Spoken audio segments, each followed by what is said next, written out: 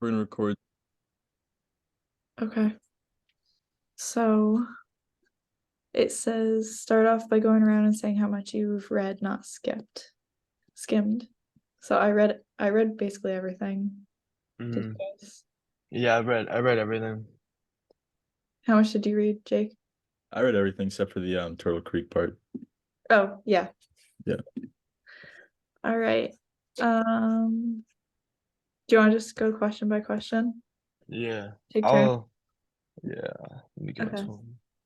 Does anyone want to start? I'll take one around. Okay, so B, Shakers earn a 5 on the socioeconomic spectrum compared with later experiments in economic equality.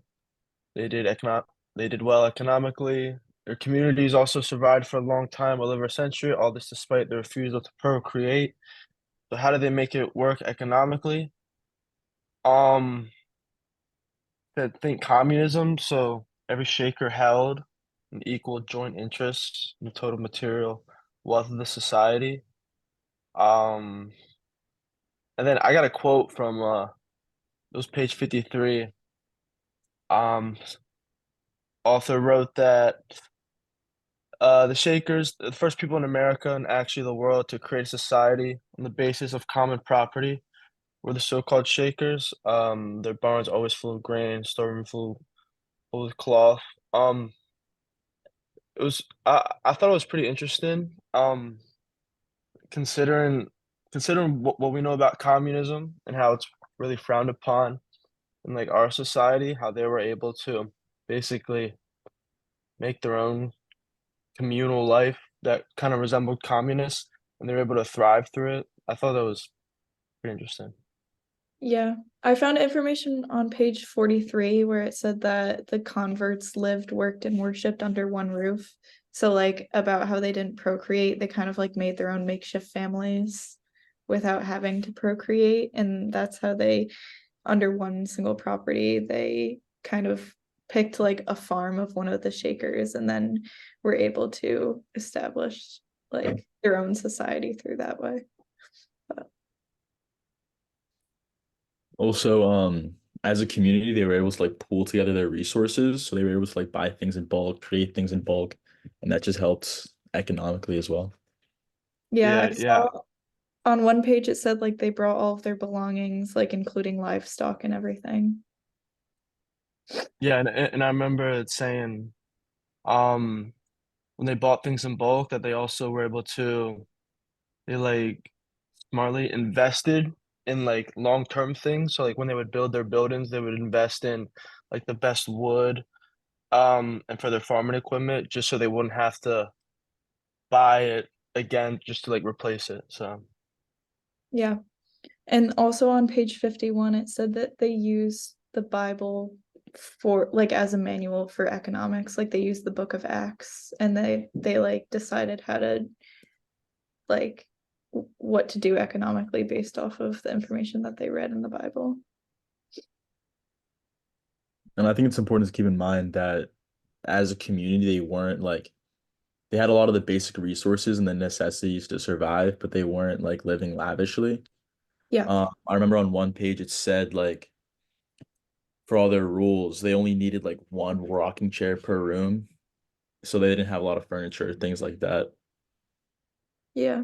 And they did collectivism in terms of labor as well. So like you can enjoy the benefits of specialization. So if one person was good at one thing, then that would be what they would do. And there Mhm. were enough people with different backgrounds so that they could all do what they were good at. All right. Does anyone have anything else to say, or should we move to the next question? Go to the next one. Okay. Yeah. So now turn to the governance spectrum. Here, the Shakers faced a dilemma that all profit-led movements have to face eventually when one leader dies. How did Shaker governance evolve over time?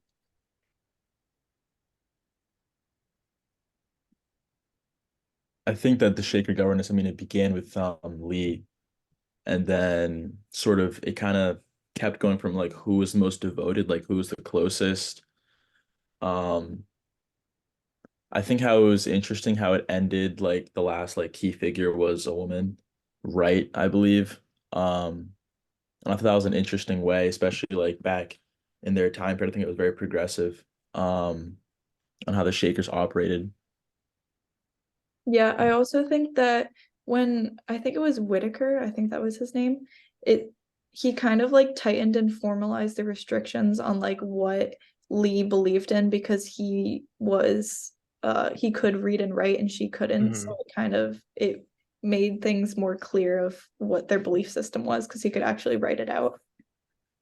Right. I think that Lee gathered like a really big and attentive audience, and then Whitaker kind of straightened him out and put him on like a sort of path in a Yeah, way. it's on page 46. It said Whitaker tightened and formalized restrictions on acceptable Shaker conduct.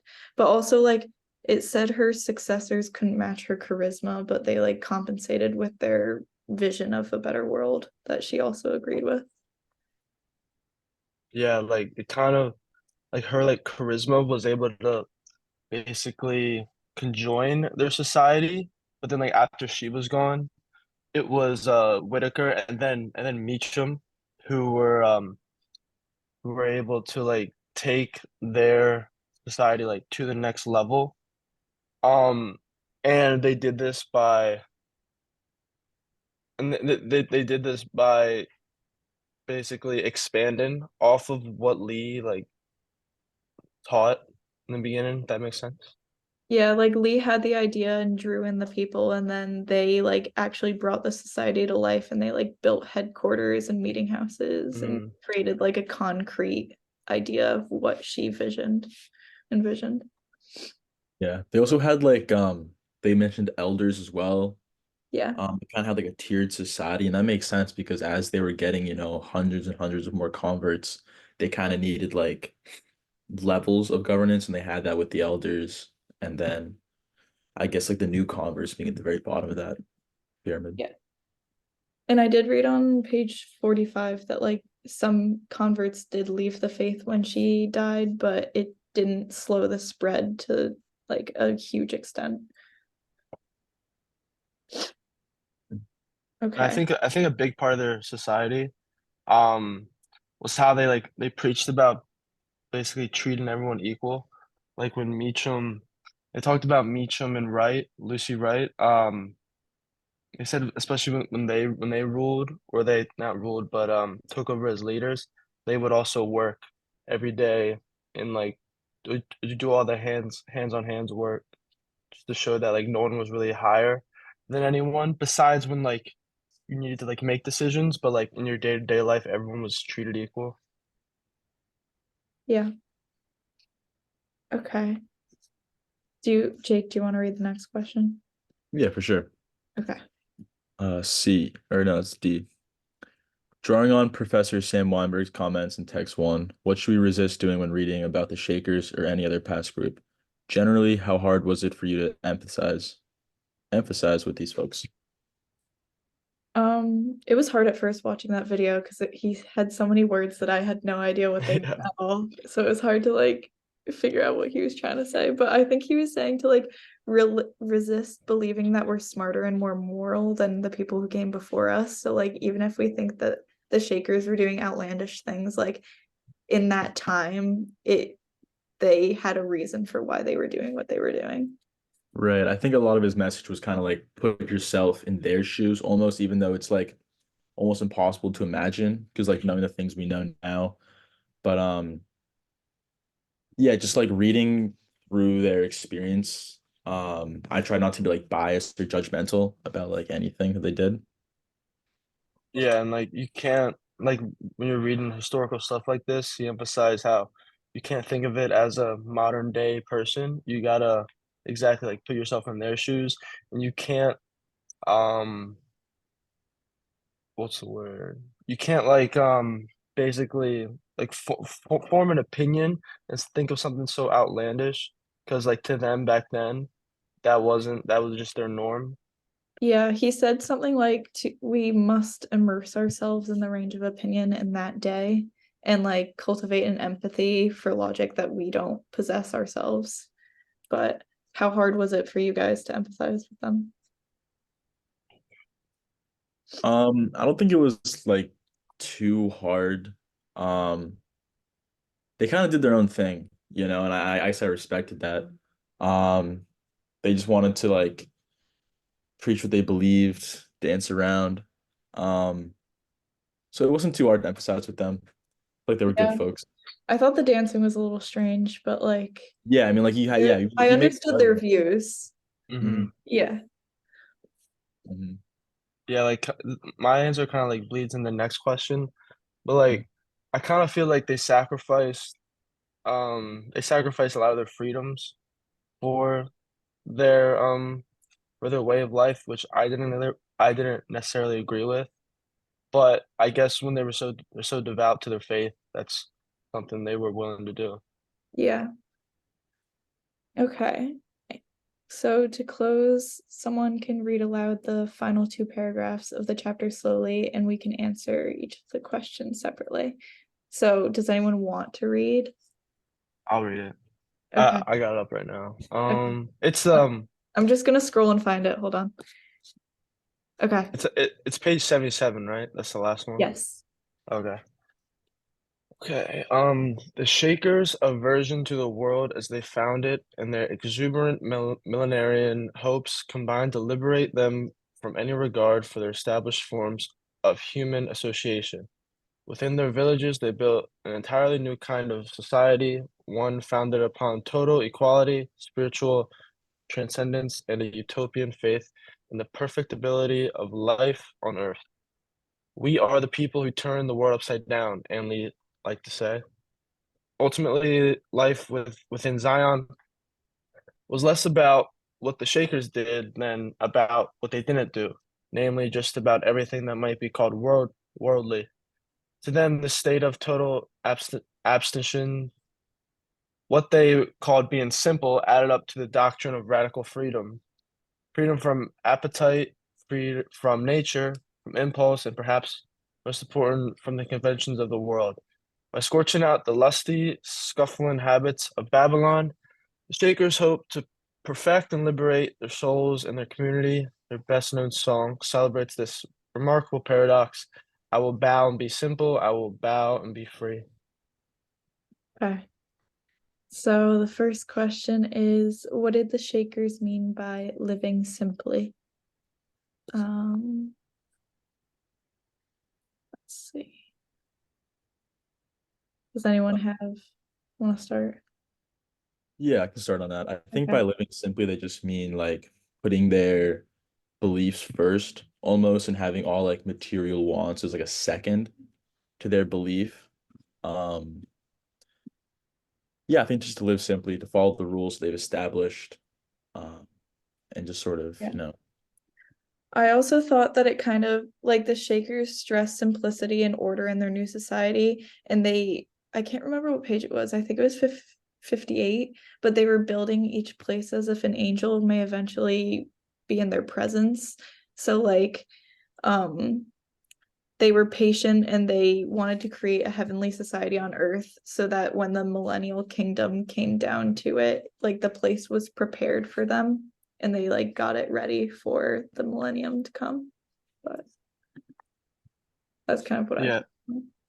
yeah, I agree with that. They're basically like content with with their beliefs, so they had no reason to go out and do like extra things, whether it's like get money or practice in lust behaviors.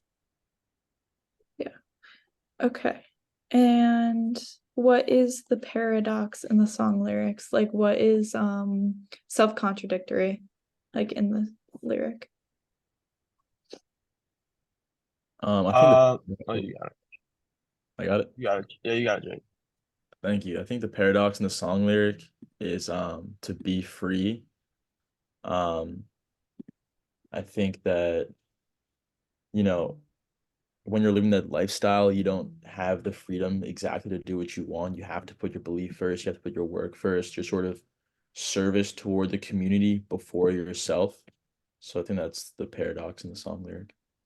Yeah, I kind of took from like the juxtaposition of them saying bowing and being free, because bowing is usually like you're bowing down to someone else. So it would mean that you aren't free in a sense, but they kind of took that away and like changed the meaning of bowing down to something, and they're like giving themselves so that they can reach freedom eventually.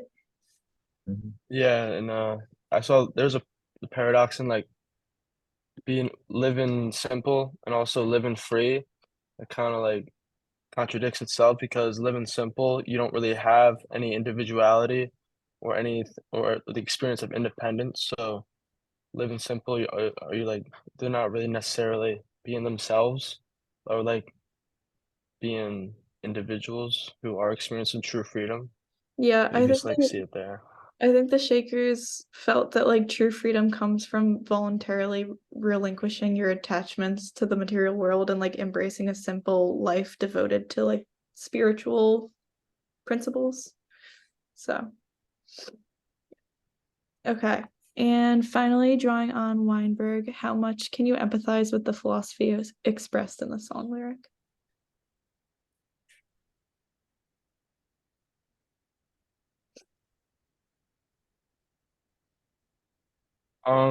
It's kind of what you were just saying, Elena. How the Shakers were so devout to their faith that their ideas of disassociating themselves with like wealth, greed, and lust, and the sexual temptation made them simple, and what they wanted to do was bow under God. So I was able to like I was able to understand what they were going for in that song. Yeah, though I'm like not religious, I can like understand where they're coming from and empathize with the fact that they are trying to find a path to spiritual liberation and they believe that this is the route to take to get there. And I empathize with that and their patience. Yeah, absolutely. Sort of drawing on Weinberg and putting myself sort of in that time period, I could absolutely see I guess like the thought process almost behind their belief, and how it could be so like I guess convincing. Um, yeah. Okay. I didn't like time this, but I feel like we talked for more than 15 minutes. I Yeah. know it said to make it into a YouTube video, so I might text you guys if I can't figure it out. But do you guys have anything else you want to add, or are we good? I think we're good. Yeah, well Yeah. said. Okay. Cool. Also it said that we had to like schedule a time to meet because we have another group Zoom before like February 23rd. And I for a company that I'm interning for, I have to go to Florida on the 22nd. So if we could do it on Wednesday, that would be great. The So 21st. Wednesday. Are you guys busy on Wednesdays or Wednesday of February. yeah, the Yeah, 21st? no, yeah, that's fine. That would be fine. Okay. Then I'll probably just like text you guys when it gets closer. That Okay. works. I'll let Sounds you good. know when I post the YouTube thing.